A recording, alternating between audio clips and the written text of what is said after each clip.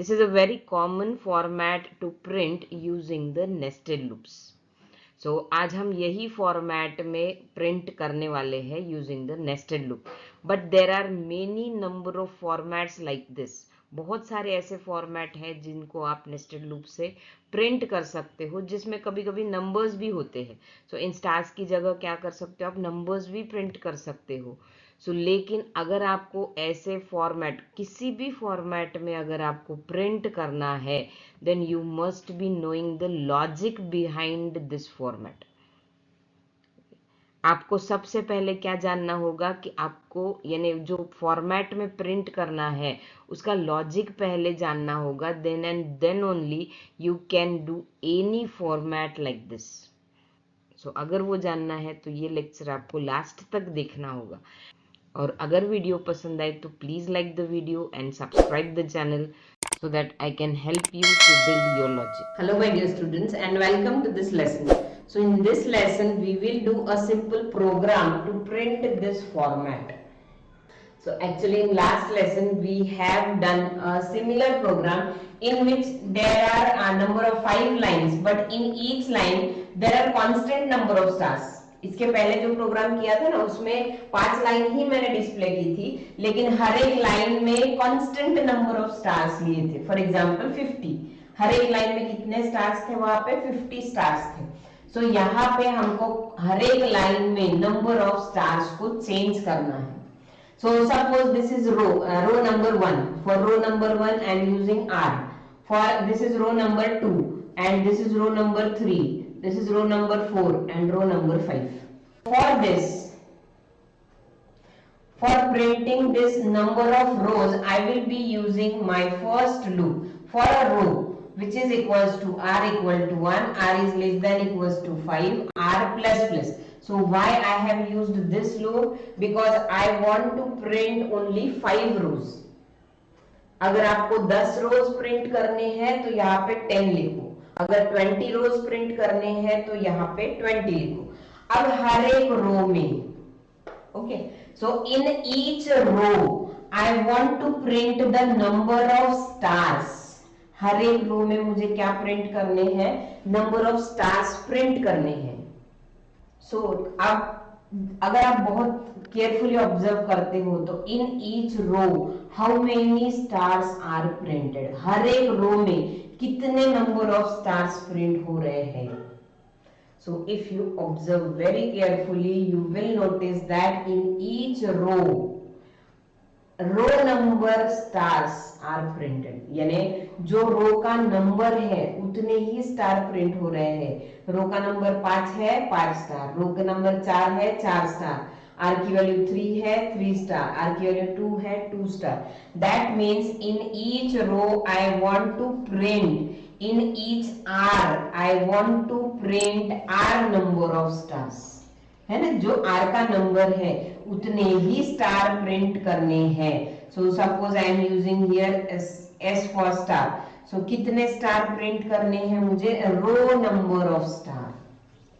सो जो आर की वैल्यू है उतने ही नंबर ऑफ स्टार प्रिंट करना है.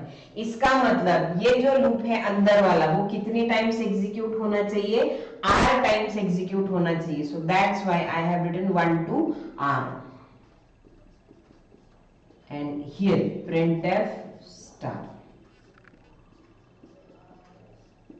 and then printf backslash.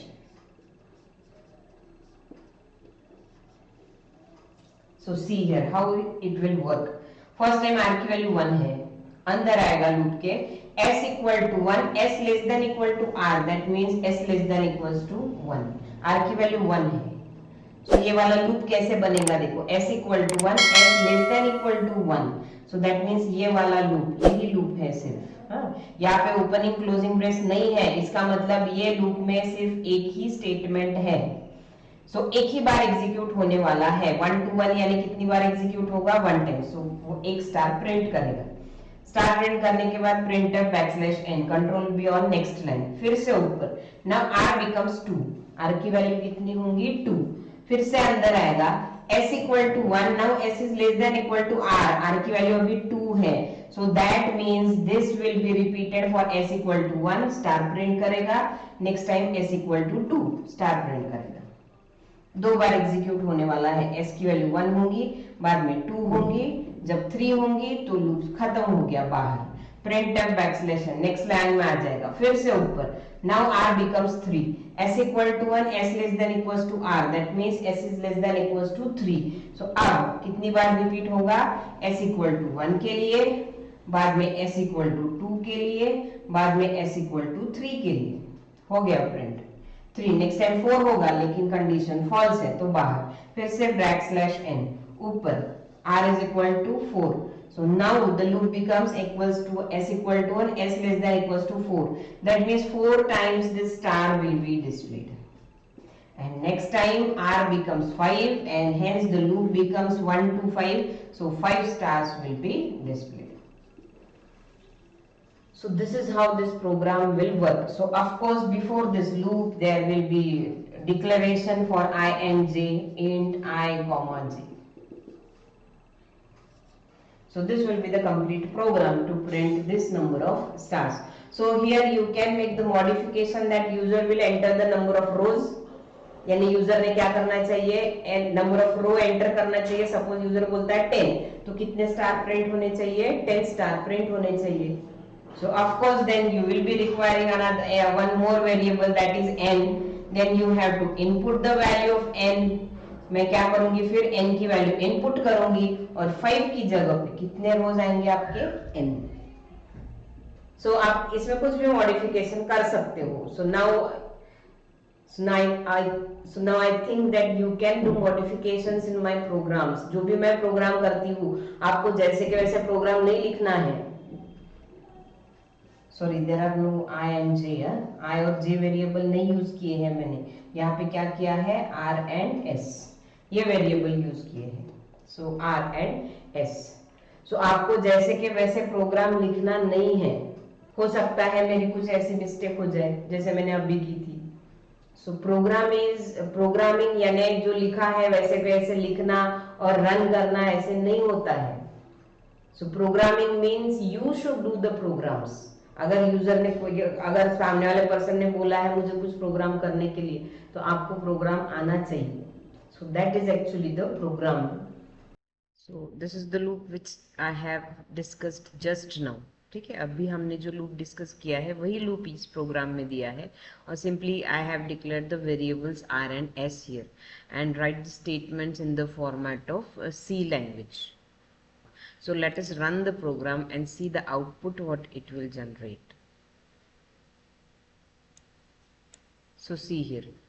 So 5 number of rows are displayed here, and in each row there will be the row number of stars. So suppose I want to print 10 number of lines here. So then simply you have to change the value. So simply you have to change the condition here. So suppose मुझे 10 rows चाहिए तो I will use the condition r is less than equals to 10. So let us run the program again.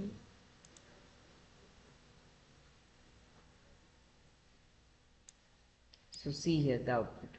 So here 10 number of stars, so 10 lines of stars is displayed.